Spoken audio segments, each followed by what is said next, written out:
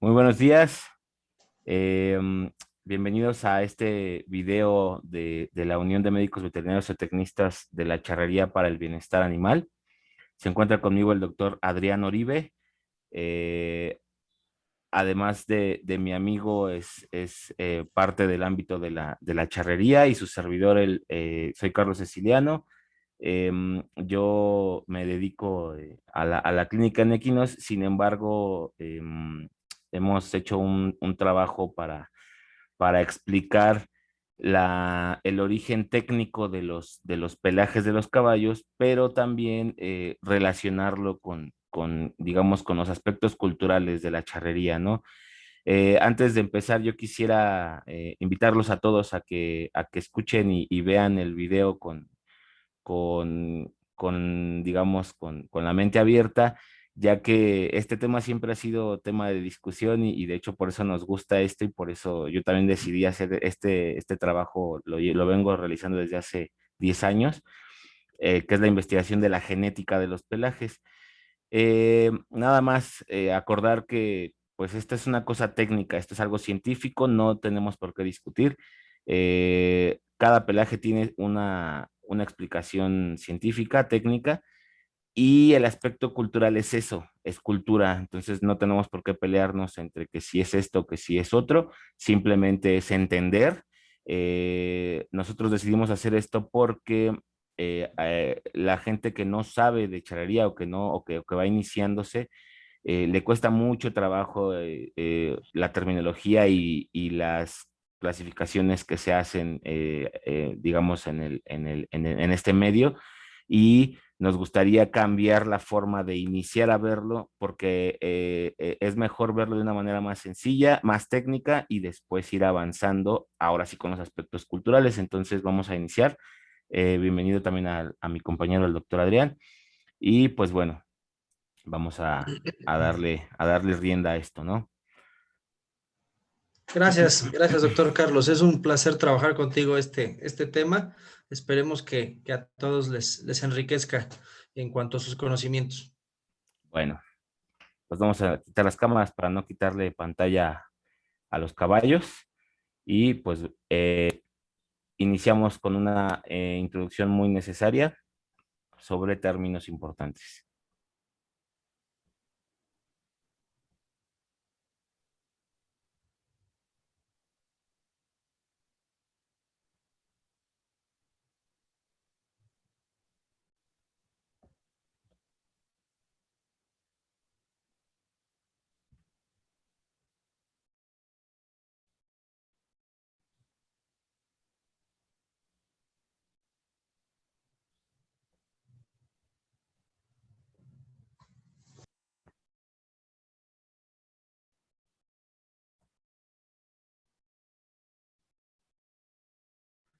Bueno, para platicar un poquito sobre lo que es la importancia de la charrería, este, esta tradición hecha deporte, ¿no? La importancia en este tema sobre las capas de los caballos tiene una relación muy estrecha con la observación que realizó en el pasado el vaquero mexicano, lo que conocemos como charro, quien fue partícipe en desarrollar el ganado equino que utilizamos en nuestro país para diversos fines.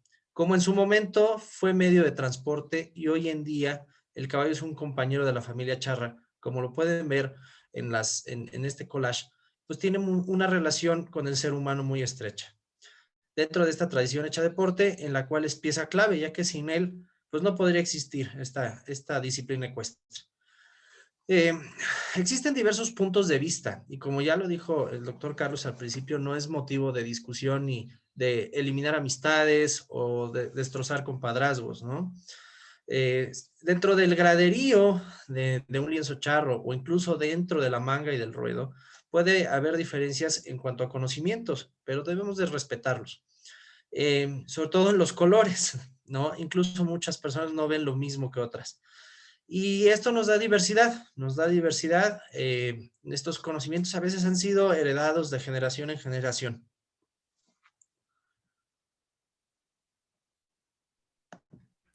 No, también hay que tomar en cuenta la importancia que tiene este tema, ya que no solo hablando desde la charrería, sino también desde el aspecto de la educación en veterinaria, que también es parte de lo que atañe a esta unión. Tenemos que entender que no solamente es una cuestión de identificación, ya que obviamente sí, sí tiene una, digamos, sí tiene ese inicio, ¿no? ¿Para qué te enseñan los pelajes de los caballos? Pues para que aprendas a distinguirlos, para que puedas elaborar una reseña. De igual forma en la charrería, pues es una forma de reconocerlos e incluso pues ha llegado también a ser parte, ¿no? De un caballo bonito, o parte incluso hasta de combinarlo, ¿no? Con la Con la vestimenta charra, ¿no? vestimenta, Que es lo sí, que hemos platicado con sí, el doctor claro. Adrián. Entonces, bueno, además de esto, también tiene, empezando por una relación, o más bien sí, una relación del médico con el propietario, ya que este es un conocimiento que no es exclusivo de las funciones o técnicas ni de los veterinarios, sino que es un conocimiento que todos los que están cerca de los caballos tienen. Todos los que están cerca de los caballos saben algo de pelajes o te van a decir algo, ¿no? Y es una buena forma de empezar, ¿no? Poniéndonos de acuerdo sobre cómo clasificar y cómo nombrar a los pelajes de los caballos. Esto es importantísimo para que todos lo sepamos. Tienen una relación clínica. Los pelajes, principalmente a estos, digamos, los más llamativos, como el palomino, como los pintos, como los zapaluzos, no son pelajes que hubieran sobrevivido en vida salvaje, son pelajes que son conservados por el humano. Entonces, como no tienen una relación natural, muchos de ellos traen ciertas desventajas, digámoslo así. Entonces, hay una importancia clínica que tanto veterinarios como propietarios debemos de conocer, porque ciertos pelajes están relacionados con o predisposición a ciertas enfermedades o están relacionados directamente con ciertas enfermedades. Entonces, esto es importante que lo sepamos todos. ¿Y qué decir del dinero, no? Ya la reproducción en caballos está muy avanzada, ya se pagan millones de dólares por un potro, ¿no? Por su genética, por lo que ustedes quieran, y de ahí sí se incluye el pelaje, ¿no? Yo quiero un potro de este color. Hay incluso ranchos y hay personas que te aseguran un pelaje, ¿no? Te dicen, yo te cobro tanto, pero te aseguro que tu potro va a salir grullo, ¿no? Entonces, esto es un tema que se ha llevado, en la veterinaria se ha llevado muy, muy a la ligera, y en el caso de la charrería se ha llevado muy hacia las discusiones y hacia las controversias, pero es un tema importante que debemos de tener claro y debemos de estar de acuerdo, homogeneizados.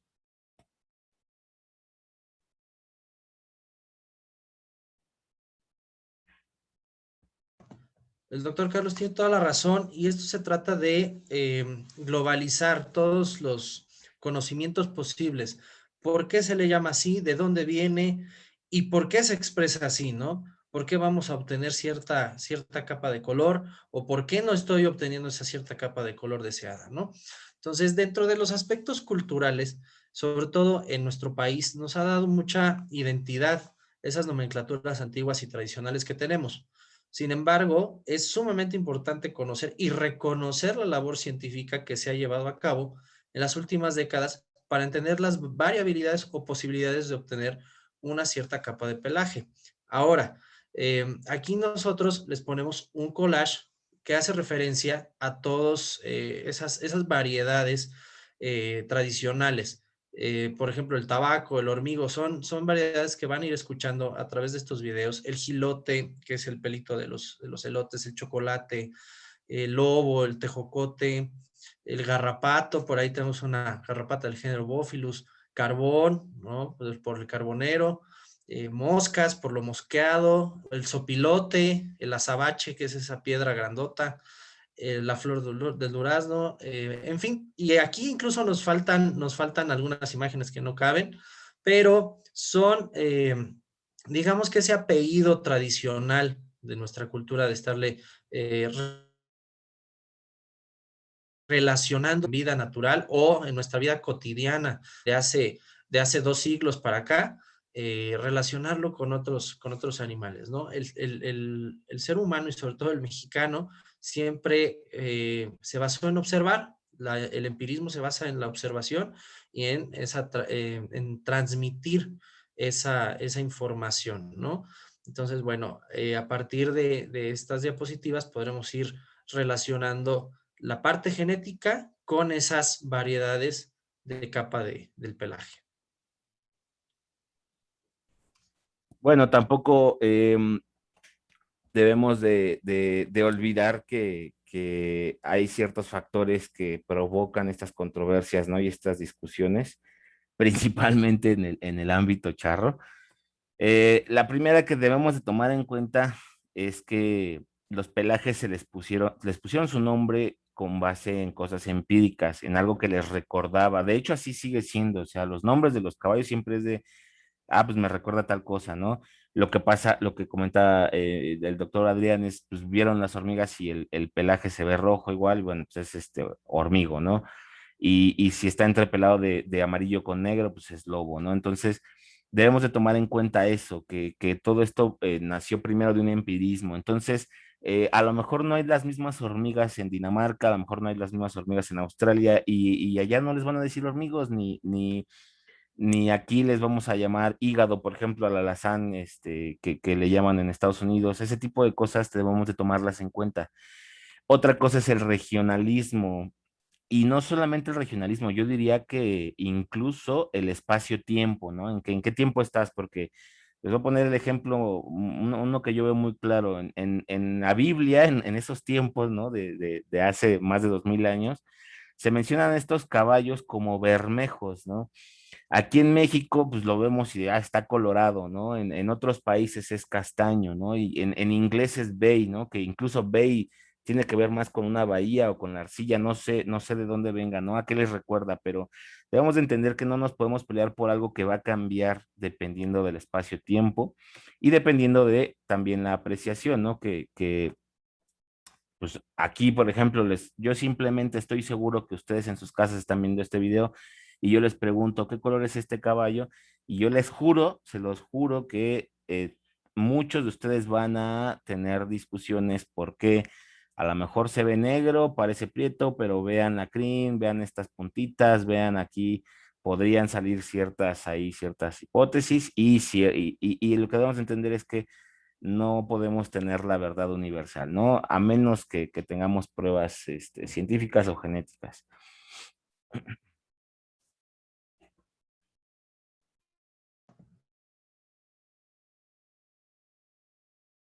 Y bueno, del empirismo, debemos considerar que en México tenemos vastos regionalismos, ¿no? Y vastas creencias.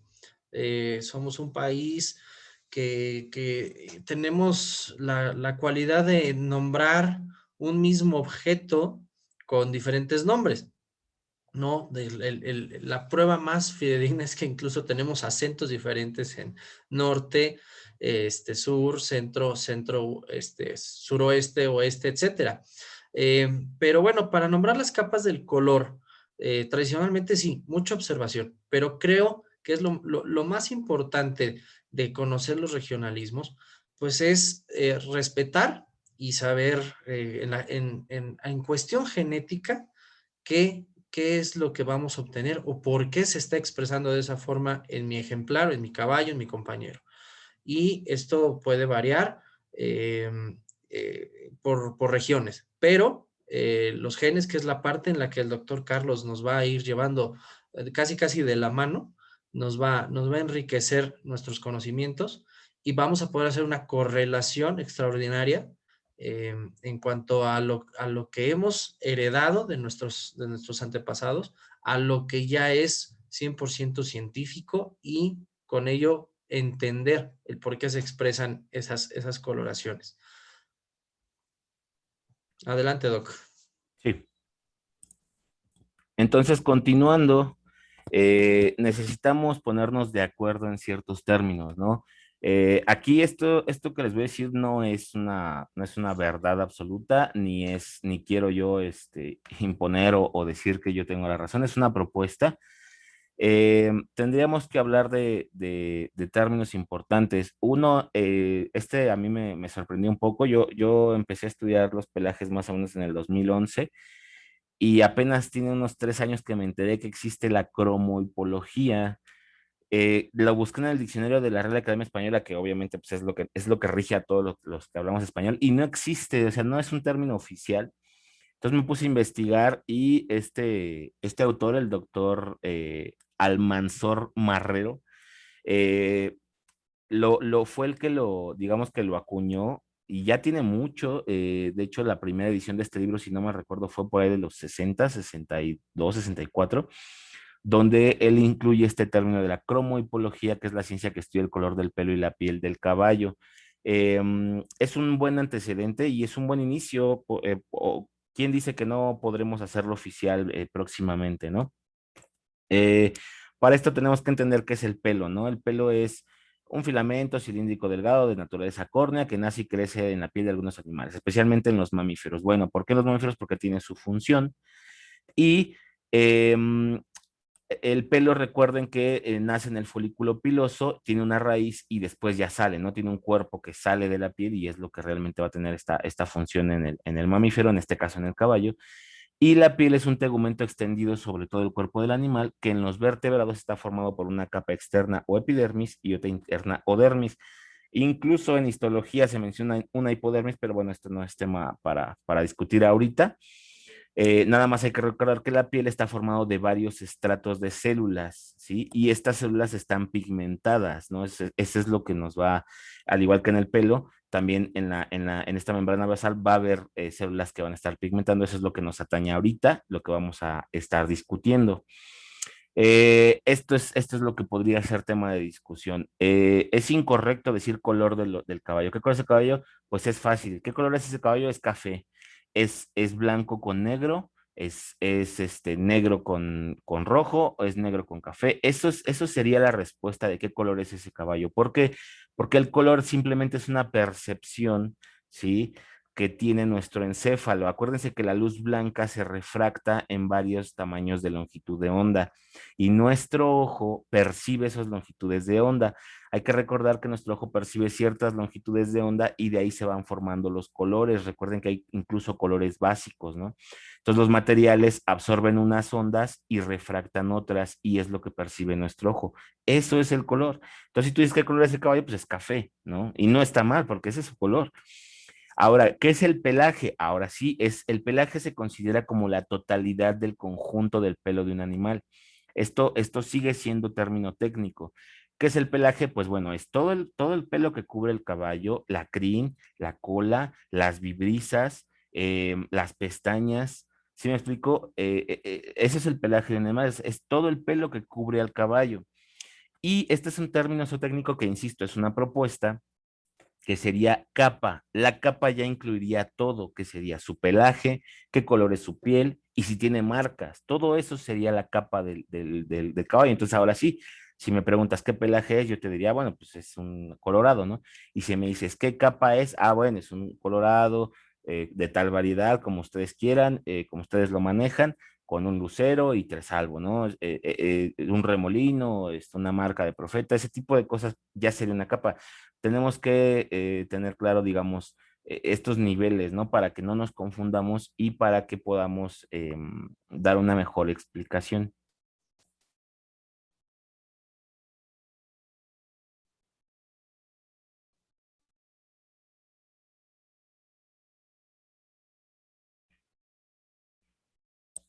Bueno, entonces, como decía, hay aspectos técnicos importantes que debemos de tener en cuenta que no podemos dejar de lado cuando hablamos de los pelajes.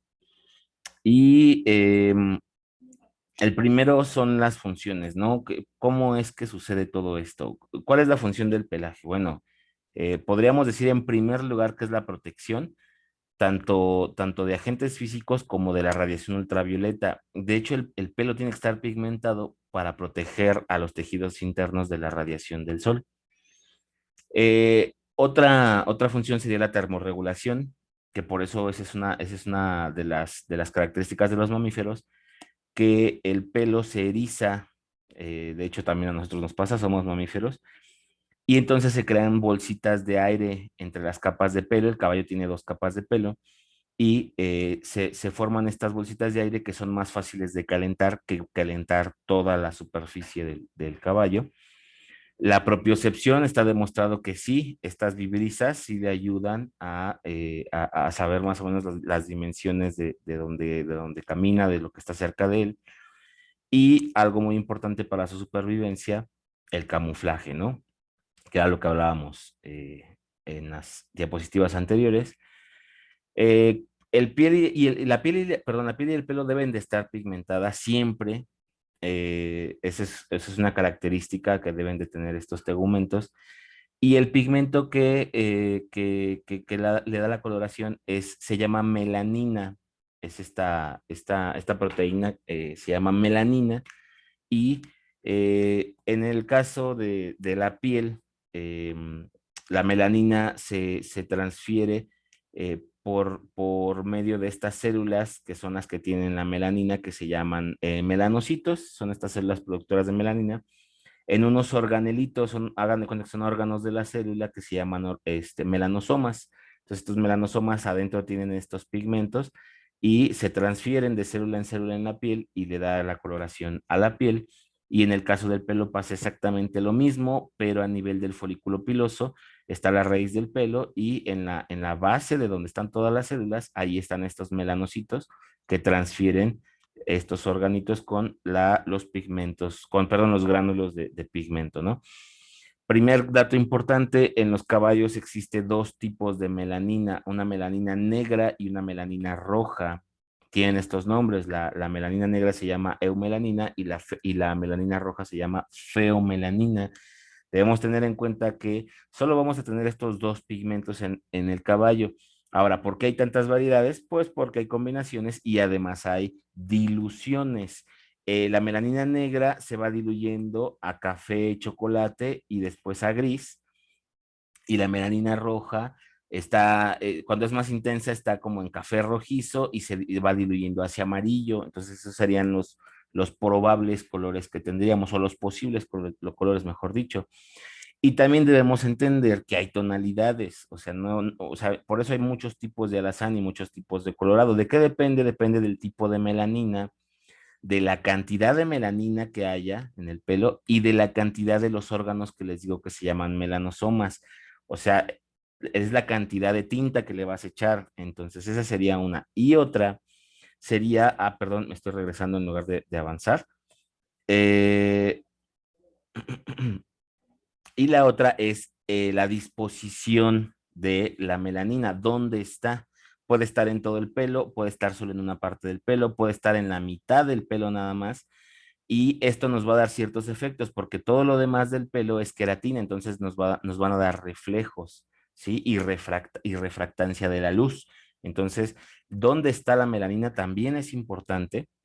Y la otra, ustedes bien lo saben, son cuestiones como, por ejemplo, de alimentación, de manejo, si el pelaje se cepilla, si se le pone shampoo, si se le pone algún tratamiento, si el caballo no come bien, si el caballo lo dejan sucio, si nunca se cepilla. También hay cuestiones como, por ejemplo, hay algunos estudios donde según los machos, al parecer tienen el pelo más fino y más brillante.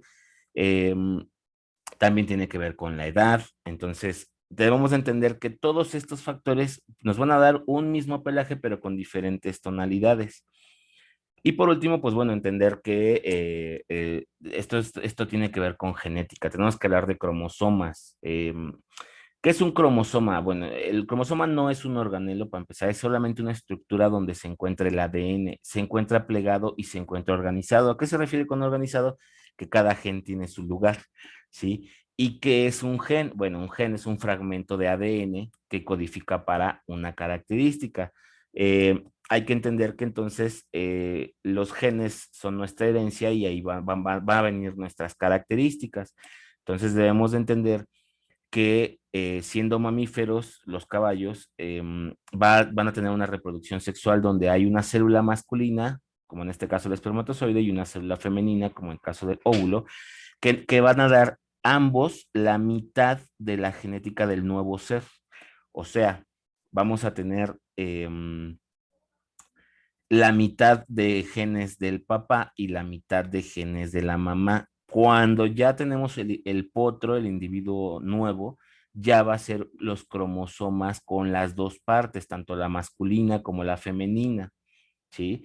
Y entonces cada gen tiene su lugar en el cromosoma, pero tenemos la mitad de cromosomas maternos, la mitad de cromosomas paternos. Entonces debemos de entender que la genética de un caballo va a ser doble, va a tener una parte del papá y otra parte de la mamá. Y también debemos entender que los genes tienen varias versiones. Por ejemplo, aquí tenemos un gen que está en el mismo lugar, pero tiene una versión rosa, tiene una versión azul, una versión amarilla, una versión verde y una versión naranja. O sea, el mismo gen puede tener varias versiones.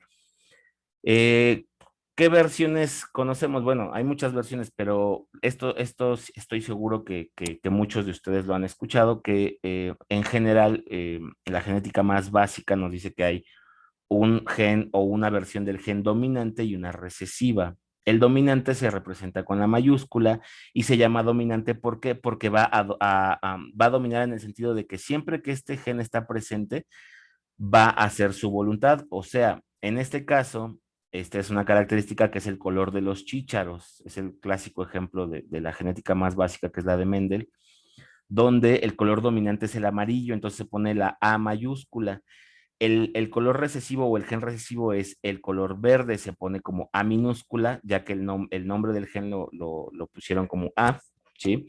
Entonces, cada vez que aparece la A mayúscula, como pueden ver, si la A mayúscula está presente, entonces el chícharo va a ser amarillo porque es el gen dominante.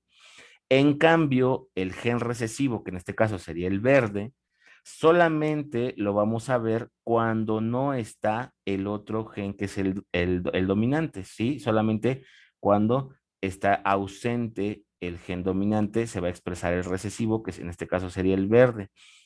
Entonces debemos de entender eso, cuando pasamos de generación en generación, hay ciertas características que están ocultas. Entonces, por ejemplo, estos individuos tienen un gen dominante y un recesivo, sin embargo son amarillos, porque pues el amarillo es el dominante. Entonces, cuando tenemos una reproducción, ¿sí? El chícharo también tiene reproducción sexual, por cierto, eh, tenemos que este individuo, ¿sí? Cuando tiene digamos, su reproducción, se va a dividir su carga genética para pasársela a la nueva generación y esta se va a dividir a la mitad. Entonces, la mitad van a ser con genes dominantes y la mitad con genes recesivos. Y en el caso aquí en el caso de la parte femenina o hembra, tendríamos lo mismo y tendríamos este tipo de combinaciones. ¿Sí? Donde vamos a tener una parte de los hijos así, que son doble dominante, entonces siempre van a ser amarillos, igual su descendencia. Otra parte que van a estar combinadas de dominante con recesivo, donde van a seguir siendo amarillos, pero en su genética van a conservar este gen verde que se va a expresar por ahí cuando logre darse la combinación de recesivo con recesivo. Esta es la base de la genética mendeliana, que es la genética más básica, la más elemental, y también es la base de la genética que ocurre en los pelajes de los caballos. Entonces es muy importante que tengamos claro esto. Y por último, en esta introducción vamos a ver, vamos a hablar de que no vamos a hablar de los pelajes como los bases y los manchados y los entrepelados y vamos a ver los combinados y los bicolores y todo esto. Vamos a hablar de genes. Entonces, aquí esta división no es tan técnica como parece. En realidad es una división que hizo su servidor para poder darlo en las clases, donde vamos a tener genes bases, ¿sí? Que nos van a dar los pelajes básicos. Vamos a tener genes de dilución. La dilución es eso, bajar la concentración del pigmento. Genes de patrón manchado o entrepelado, que nos van a agregar manchas blancas.